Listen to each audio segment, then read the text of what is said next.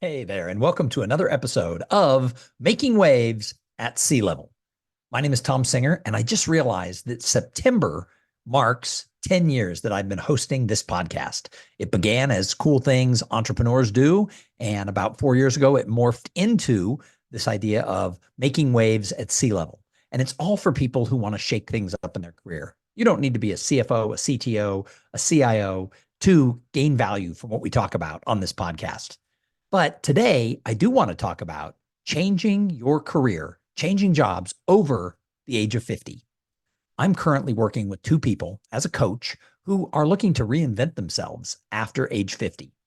For those of you who pay attention to anything that I do outside of this podcast, one of my mottos is I made a commitment that I was going to make age 50 to 75 the best years of my life. Now, I made that commitment upon turning 50. I am 8 years into that journey. And for the most part, it's worked out really well. Now, along the ways, you can't just declare your way into great times. I have faced some bumps in the road with my career, with my mental health, etc. However, you bounce back. If you're going to make a decade or 2 decades or 2.5 decades of your life, the best years of your life, there's going to be ups and downs along the way. And sometimes things are going to hit the skids in your career. Let's face it, ageism is a real thing, and we live in a young person's world. And a lot of people, when they reach this second half, they're just not happy with what they're doing. They realize they've been climbing that career ladder. But when they get to the top or near the top, they realize their ladder was against the wrong wall. This has happened to me a couple of times in my life. And I will tell you that when you're younger, you just switch directions, you bounce back, you do whatever. But when you're older, it can be a little bit tougher. And so today on this episode of the podcast, I just want to talk about things that you can do to make sure that as you're reinventing yourself, as you're looking at possibly making that career change later in life, that there's a few things that you're doing that can help you succeed. So the first tip is you have to leverage your experience. Throughout my career, I changed industries a lot, but I was always in sales, marketing, and business development.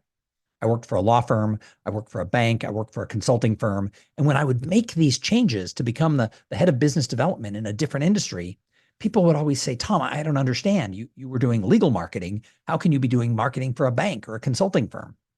Well, it doesn't take a lot to realize that the actual job is pretty much the same. My experience in marketing professional services firms was really strong. And so all I had to do is learn a little bit about a new industry and keep relying on the experience that I had on how to market these types of organizations.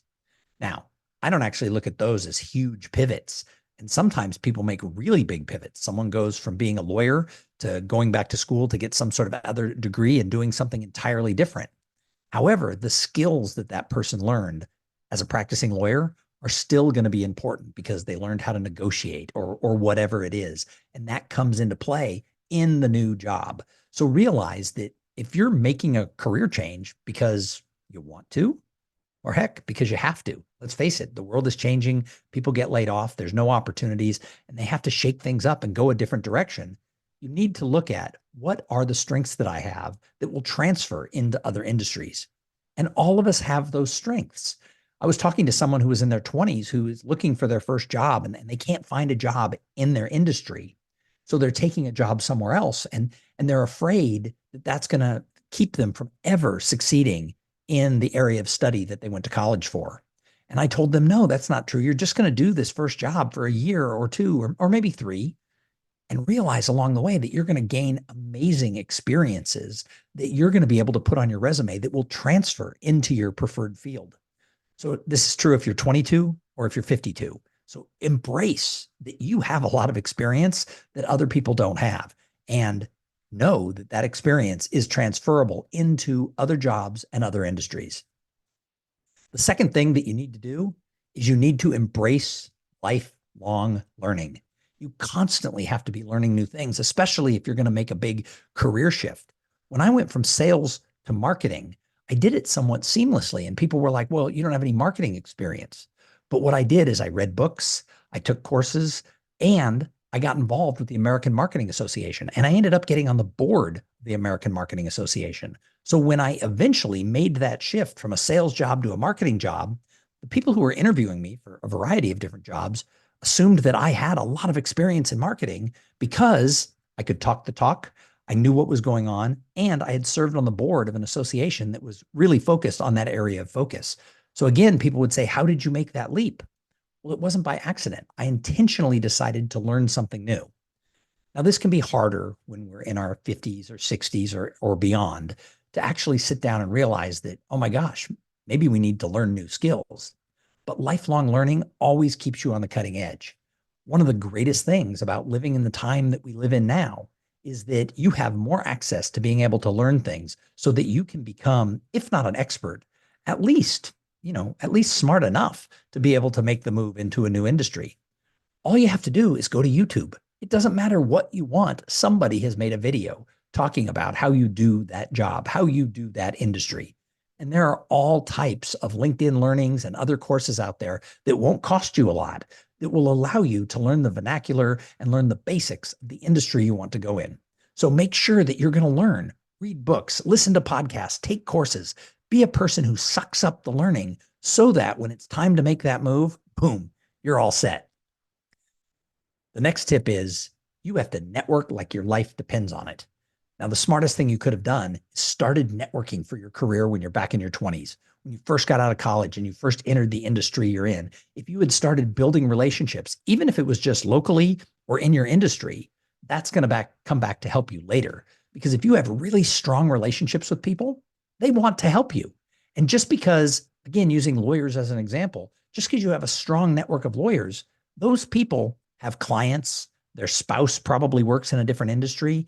So if you build a network where people know you, they like you, they trust you, when you're in that time of transition, all you have to do is reach out to the people you have strong relationships with. But the problem is most people I've encountered build loose networks that are there when it's convenient.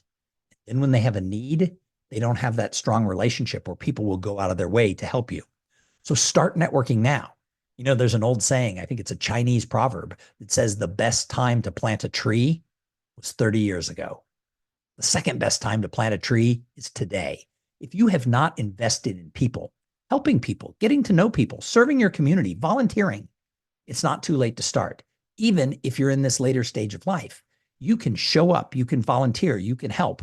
There are all kinds of business nonprofits in the industry you work in or industries you would like to work in who need people to show up at their meetings. I run a nonprofit and getting people to show up is the first step. People have to come, but people make all kinds of excuses nowadays why they're not going to go to networking events. So by just showing up, you're already serving that community. We need to have people participating in the events we put on. And so therefore, if you show up, then you can volunteer to help. And along the way, you're going to meet amazing people. Ask more questions and talk less.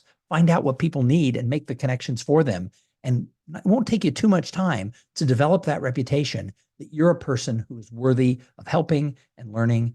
And you can go out and have lunch with people you meet in that new industry and ask them, how could someone like myself make that transition into your industry? Now realize when you network, a lot of people are doing it just for themselves. So when you ask them for help, they may give you lip service and then they'll never open up their Rolodex and help you or do anything like that.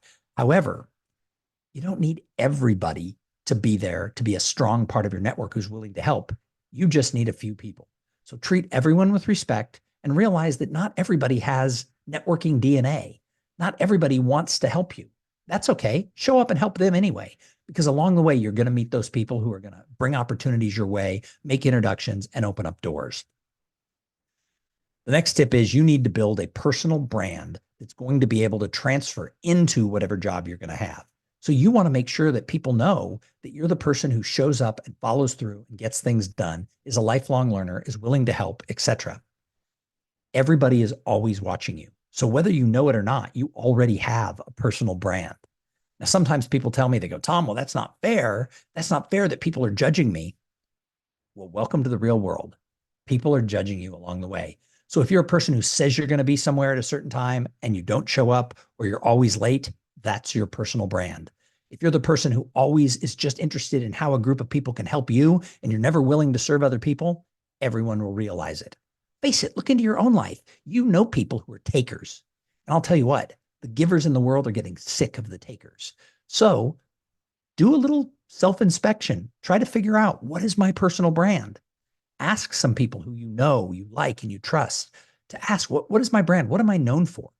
If you're known for something positive, that's awesome. Embrace it. Make that part of your job search. Make that part of how you're looking to fit yourself into that new career. Where can you fit into that weird lattice that makes up that company or that industry? But if you have something in your personal brand that's negative, accept it, realize it. And if it's something that you can change, and most of these things you can, dive in. Don't just say, well, I'm always late. No, start showing up 5 minutes early to everything that you do. You can quickly, and by quickly, I mean a year or two, change your personal brand by the actions that you take. And realize that if your personal brand is you're selfish, you're kind of shitty to people, you're not fun to be around, etc., no one is going to help you. Because would you want to bring somebody into your company or guide them into your industry who's an asshat? No. And the problem is a lot of people think, oh, well, it doesn't matter what people think of me. I don't care what people think of me. It really does matter, especially when you're trying to make some sort of a major change, especially later in life. So realize it's okay. There's so many people who you ask them, about their strengths and their weaknesses, and they look at you on the weaknesses like, how dare you ask that? I one time was talking to a woman who was an executive, and I asked her, if you could go back and do it over again over the last 3 or 4 years, what would you do differently? Where are the mistakes that you made? And you could just see it. She viscerally got like, oh, and she looked at me and goes, what are you implying? Well, I wasn't implying anything. I was implying that as a human in an executive job, she had made mistakes over the last few years. Because I'll tell you what, I've made a lot of mistakes and I try to know what they are so I can learn from them. And I try not to hide them. But her personal brand, as it turned out, was that she put on a facade that she was perfect. She was smart. She was brilliant. She had to be in the room. And the truth was, nobody wanted to be around her because she was an asshat. So here's the thing. She would never take advice. If I was to tell her, your reputation is that you're a narcissist, that you lie, that you put on facades out there to pretend you're better than you are, she would get mad at me for saying it. She would never look inside and say, maybe I do that. Look inside and be honest with yourself. This isn't the time or the place, but I've got a lot of flaws and I work on them all the time. And when someone points out a flaw to me, it's rarely a surprise and I rarely get defensive because I know what they are. I'm just trying to get better every day. I'm trying to make age 50 to 75 the best years of my life. And along the way, I'm going to make mistakes. Certainly along the way, I have made mistakes throughout my career. So think about what is your personal brand? And it's a scale. Not your personal brand doesn't have to be, oh, I'm perfect at everything. I'm the smartest person in the room. I'm freaking awesome. And then as you put down everybody else to make yourself look better, the reality is your personal brand just has to, on the scale, tip to the positive because people will forgive you for having flaws because they have flaws.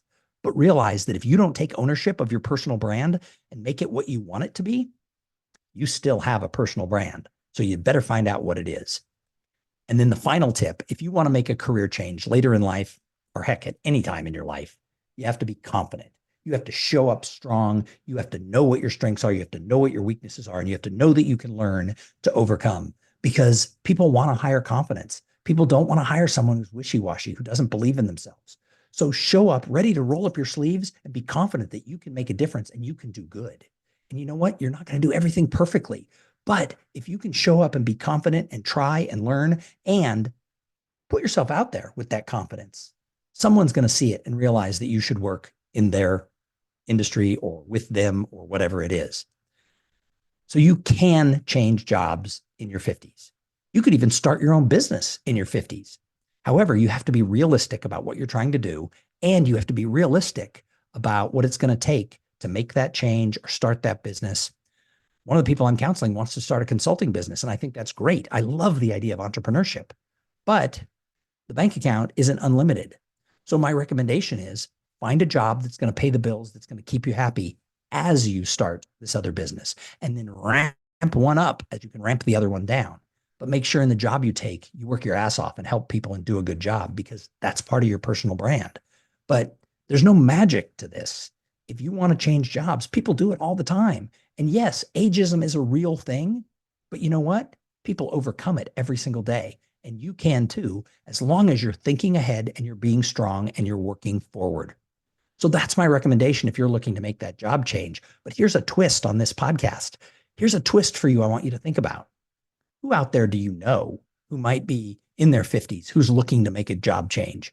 Maybe you're younger. How can you help them get into your industry? Who could you introduce them to? How can you help educate them? Because there might come a point where you need help.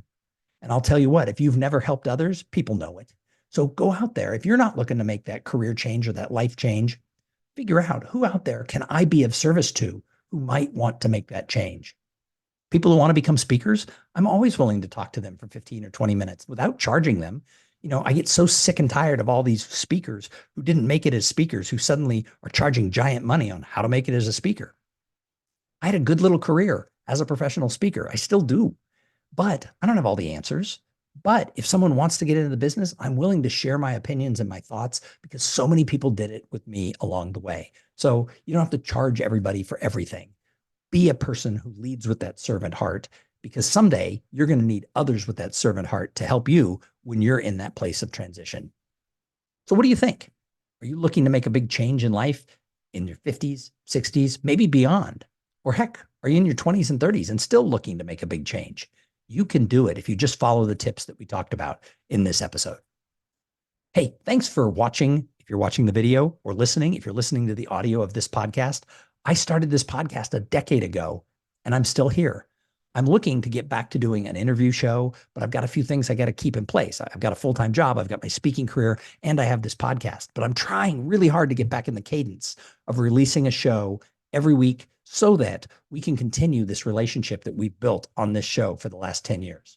Thank you so much for listening, especially if you listen to this far into the show. We'll be back soon with another episode of Making Waves at Sea Level.